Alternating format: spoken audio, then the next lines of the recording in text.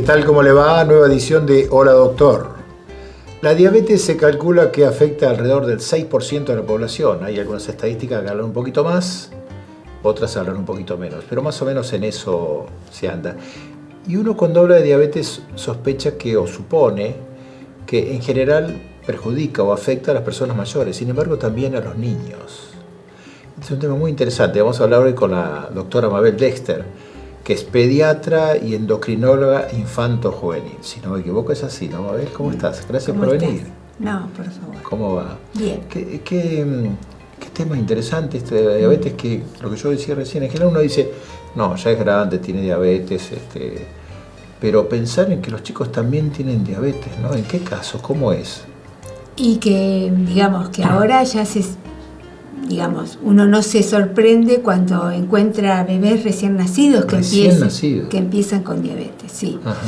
Que a veces son transitorias, otras veces no, que digamos que pueden durar 6 meses, por ejemplo, y digamos no necesitan más de su tratamiento, pero que uno siempre tiene que vigilarlos.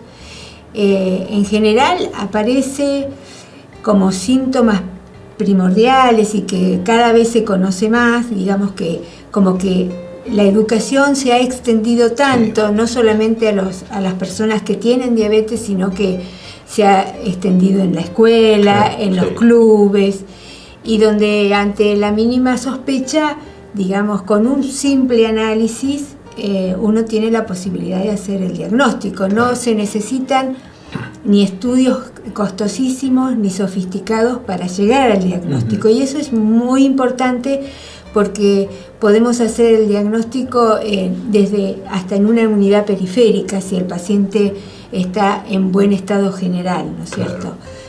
En general, yo te diría que nosotros lo vemos cuando los niños están con una demanda de crecimiento mayor, porque la hormona, digamos, por la cual está deficiente y empiezan a tener síntomas, es una hormona también que facilita el crecimiento. Claro.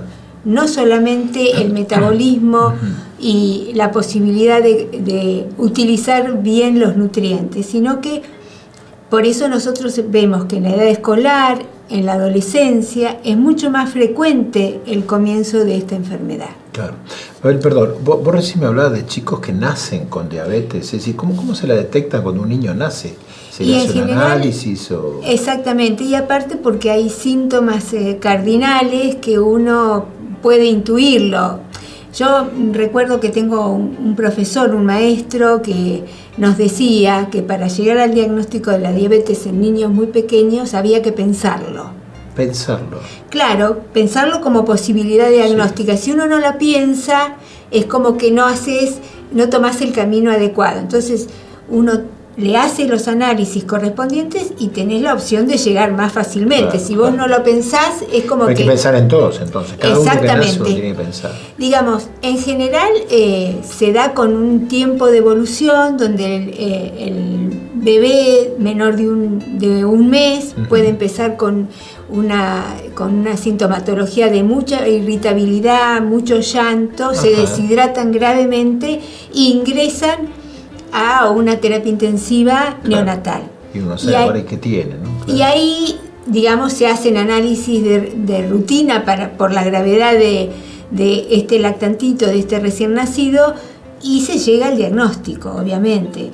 La glucemia es un parámetro en sangre que habitualmente en cualquier análisis de rutina uno lo pide. Sí. Y bueno, ante un análisis digamos, categórico, uno inicia un tratamiento, ¿no es cierto? ¿Y esos niños que tienen más de 1,10, de 1,20, qué es el valor que se dice como un poco límite para entrar? En general, digamos, en los niños vos necesitas 2 valores en ayunas de más de 126 miligramos por decilitro o en cualquier momento del día un valor mayor de 200. De 200. De 200. Lo que sucede es que nosotros esperamos que en forma concomitante que aparezca en la orina azúcar y otros elementos que se llaman cuerpos cetónicos. Cuando aparecen estos 3 elementos, que son la glucemia mayor de 200, más glucosuria, que se llama así cuando hay presencia de azúcar en orina, y cetonuria, sabemos que este niño está pidiendo insulina, que es el tratamiento ideal. Es el que se le da insulina. ¿Por vía endovenosa se le da el chiquitín? Hay diversos tratamientos. En general, en forma ambulatoria se los da subcutánea. Ajá. Pero al ingreso se puede dar en forma endovenosa, en forma intramuscular y también subcutánea, o por bomba de infusión. También. ¿Sí? Digamos que hay tratamientos alternativos. Sí. Mabel, ese niño que nace con diabetes, ¿es un niño que va a tener siempre o puede darse el caso de que por ahí nazca con diabetes y de pronto se paraliza? Exactamente. ¿En cuántos casos se da uno y otro? No, en general, digamos, la diabetes neonatal no es tan frecuente, como la otra. Posterior. En general uno puede intuir que hay una inmadurez de las células que fabrican la insulina y que esa es la causa. Y de hecho puede ser que esté 6 meses con insulina y después no la necesite. Siempre debemos seguir controlando a ese niño, a ver cómo crece, ver cómo se va desarrollando, y que puede ser que en la adolescencia requiera nuevamente tratamiento. No tenemos certeza. Claro, ¿de acuerdo? Hubo algo que llamó la atención. Claro. En general, digamos, hay lactantes que han empezado a los 10 meses de vida y que necesitan siempre insulina. Ajá. Digamos, cada vez tenemos menos seguridad a veces de los tratamientos, porque hay un grupo de pacientes que pueden presentar lo que nosotros llamamos diabetes MODI, que son cuando hay, digamos, determinado por biología molecular, uno puede examinar y tienen diferentes tratamientos, no solamente insulina, hay veces que necesitan otro tipo de medicación oral, y que tienen muy buena evolución, exactamente. Claro. ¿Qué influencia tiene la lactancia en los chicos que de pronto tienen diabetes? Digamos, es una herramienta... Lactancia materna, me refiero. Sí, es una herramienta de prevención única. Ajá. Digamos, no hay otra cosa comprobada como la lactancia materna. En general, se dice que por lo menos 6 meses los bebés tienen que estar amamantados en forma exclusiva. Dice, cuanto más tarde nosotros incorporemos alimentos que no son digamos, no son la leche de la mamá. Exactamente, menos posibilidades, más protegidos estamos, porque en ocasiones hay alergenos que desencadenan mecanismos de antígeno-anticuerpos, de autoinmunidad, que favorecen que aparezca la diabetes. Claro. Y cuanto más prolongada sea, es mejor. Por eso, desde la pediatría, nosotros decimos que un niño puede estar amamantado hasta los 2 años de vida. Claro. ¿Sí? Para que un niño nazca con diabetes, ¿tiene algo que ver que el papá o la mamá hayan tenido? Puede tener que ver y a veces no tienen ningún antecedente familiar. Ajá. Y sin embargo tienen diabetes. Porque hay una diabetes también gestacional, que es la de la mamá, que a veces como la presión que se da arterial. Pero digamos, la diabetes gestacional puede ser el tiempo de la gestación y nada más. O claro. Pero digamos, no afecta directamente. Si está bien tratada la diabetes gestacional, el bebé nace absolutamente normal. Sí, es otra persona, claro. Exactamente, pero digamos, en general el antecedente familiar tiene mucho más impacto en lo que se dice la diabetes tipo 2, que está relacionado con el peso, con los hábitos de alimentación, con la actividad física. Digamos, eso sí que tiene un poquito más de grande, ¿no? Es de grande, pero nosotros lo estamos viendo cada vez. La número 2. Porque tenemos mayor incidencia de sobrepeso y obesidad en los niños. Sí, la vida. Y tenemos, digamos, ya pacientes que tienen 10, 12 años, que tienen diabetes tipo 2 o del adulto, y que necesitan ser tratados. Después de la pausa me vas a explicar qué diferencia hay entre diabetes, porque me decís 10, 11 años, yo me imagino diabetes 1, claro. Y me gustaría que me expliques qué diferencia hay entre diabetes 1, ¿no? De los chiquitos, y qué diferencia hay con la diabetes 2. ¿Te parece? Bueno, muy bien.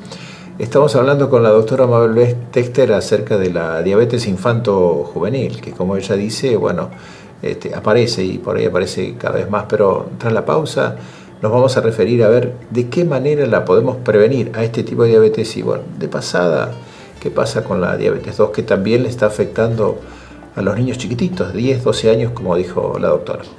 Nos vamos a la pausa. Para un diagnóstico exacto en tomografía y resonancia, solo Innova. La Valle 31, 455-1177, Bahía Blanca. innovadiagnóstico.com.ar. Osrga y Amsterdam Salud unidos para ofrecer los mejores planes de salud a sus beneficiarios. Hospital Italiano Regional del Sur, más de medio siglo atendiendo la salud de la gente de Bahía Blanca y la región. Centro Terapéutico Dr. Máximo Ravena, el método de descenso de peso más rápido y eficaz para lograr la delgadez y el bienestar. Gorriti 49, 291-403.200. En septiembre, prepárate. Volvemos a Europa. Un viaje coordinado y armado a tu medida. 26 días recorriendo las principales capitales. Techera Turismo, tu agencia de viajes. Consultorios Santa Lucía. Clínica y cirugía ocular. El foco en su visión. Rondó 587, 455-0031. En el Hospital Privado Dr. Raúl Matera te brindamos mucho más que buena salud. 9 de julio 445. 455-8880. Segunda parte de Hola Doctor. Estamos hablando con la doctora Mabel Dexter de la diabetes infanto-juvenil. Mabel, antes de la pausa me comentaste que hay chicos que ya tienen diabetes 2. ¿Cuál es la diferencia entre 1 y 2 cuando uno suponía que a los 10 años estaba con la diabetes 1 todavía? Sí, nosotros también pensábamos eso, que nosotros... ¿Sí? ¿Y desde cuándo más o menos han empezado a pensar distinto? Y digamos que lo empezamos a pensar en forma diferente cuando vimos, la evolución de un niño que tiene obesidad. Ah, claro, que es un factor. Ante una situación de un niño con sobrepeso y obesidad y antecedentes familiares de diabetes tipo 2, ese niño tiene que ser mucho más cuidadoso, mucho más... educado en los hábitos de alimentación, en la actividad física, porque tiene una predisposición a desarrollar la diabetes tipo 2. No era un niño que tenía diabetes 1, no tenía diabetes directamente. No. Ah, claro. Él no tenía, y lo importante de conocer esto es que puede ser prevenible, porque si uno cambia los factores de riesgo, que son el sobrepeso, y la falta de actividad física, uno cambia la historia. Sí. O por lo menos la retrasa. Claro. En general pueden empezar, los parámetros de glucemia, los valores son más o menos los mismos, lo único que cambia es que puede iniciar la diabetes sin presencia de algo que yo mencioné anteriormente, que eran los cuerpos cetónicos en la orina. Sí. Está, aceptada la medicación, la misma que se utiliza en el adulto, se puede utilizar en el niño, por encima de los 10 años. Uno apunta siempre al cambio de hábitos antes de tomar una intervención, pero bueno, a veces no se puede, no se produce porque el contexto social, el contexto familiar, bien. Lo que nosotros tenemos la obligación de decirle a ese niño, a ese adolescente que está en esta condición, es que él puede cambiar. Sí. En cambio, el diabético tipo 1 no puede cambiarlo porque está como, tiene su autoinmunidad, se ha desarrollado de alguna manera facilitando que se desarrolla esta enfermedad. Sí, él va a ser diabético toda la vida. Por ahora podemos decirlo que sí. Va a haber seguramente cambios científicos que ayuden a que los tratamientos, las maneras de controlarlos sean diferentes. El tipo 2 lo que tiene como característica que en el adulto quizás no necesite cambiar la medicación de oral a insulina. En cambio, en el niño, como es de tan corta edad, con el tiempo el páncreas termina agotándose y se transforma en insulino requiriente. ¿Sí?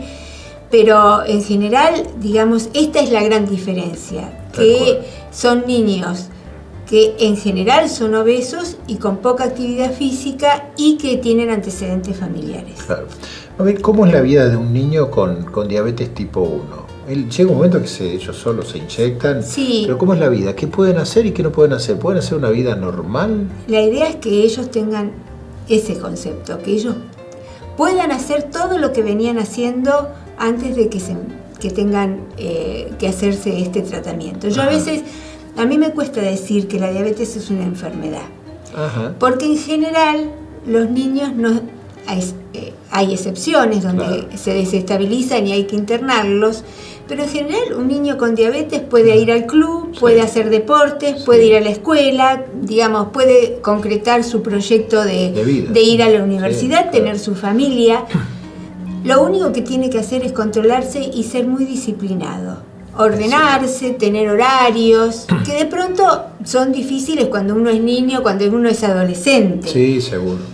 Pero si uno se acostumbra a eso, ¿no? De chiquitito. Yo he visto niños chiquititos, 2, 3 años. Exactamente. Uno, digamos, siempre acompaña, ¿no?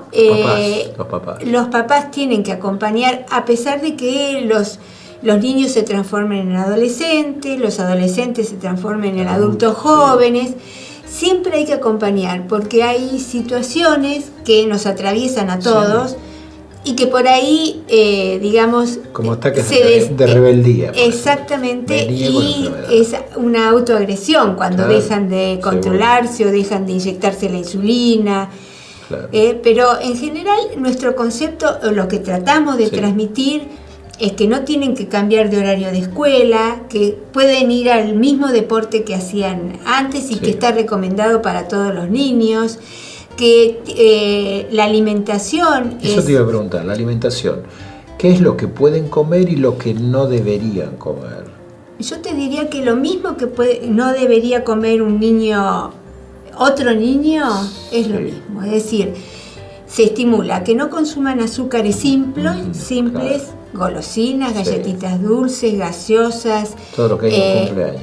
Exactamente.